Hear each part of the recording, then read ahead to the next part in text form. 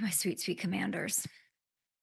Um, I got to talk to Kevin Durant about this. He's like the super fan that like is in my head. Of course, FanDuel family here. I don't want to wash over how much this hurts, right? It's the sting of this to come so close and then have turnovers and defensive issues be the reason that you lose, that you're not playing your best game in such a big one. That stinks. But really, how I feel is not that this is some one and done. And Hamilton, I'm sorry to say, what was the 2017 Jags? Sorry to do this to you, man. Liam Cohen and all. 2017, 2017. Matthew? Was Yeah, it? 2017.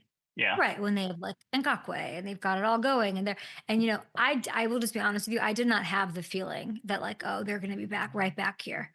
I didn't. I had it about the Lions, and they were, and I have it about this team. Like this is not some cute story. We've been sort of building up this whole time. And it didn't even start. I want to put this out there too. It didn't exactly start with Jayden Daniels. That's how you know the culture and stuff maybe even isn't getting enough credit.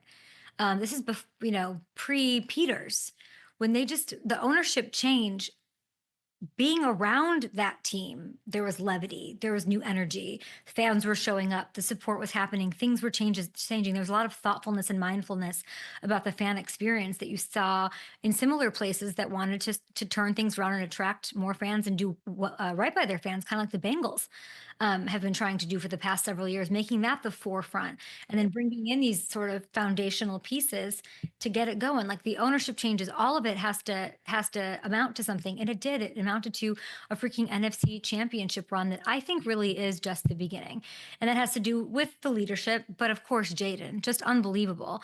I remember asking fans at training camp this year, I just came off talking to Adam Peters.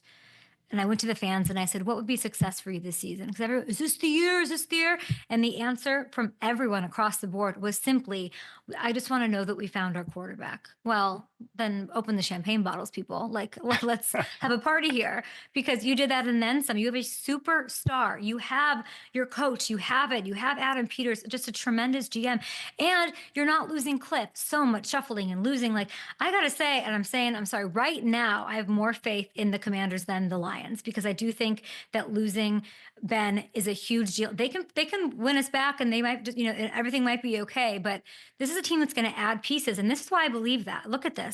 They're third. Oh my gosh, this is like the best thing ever. Commanders have over 87 million to play with. That's the third most cap space, as you see.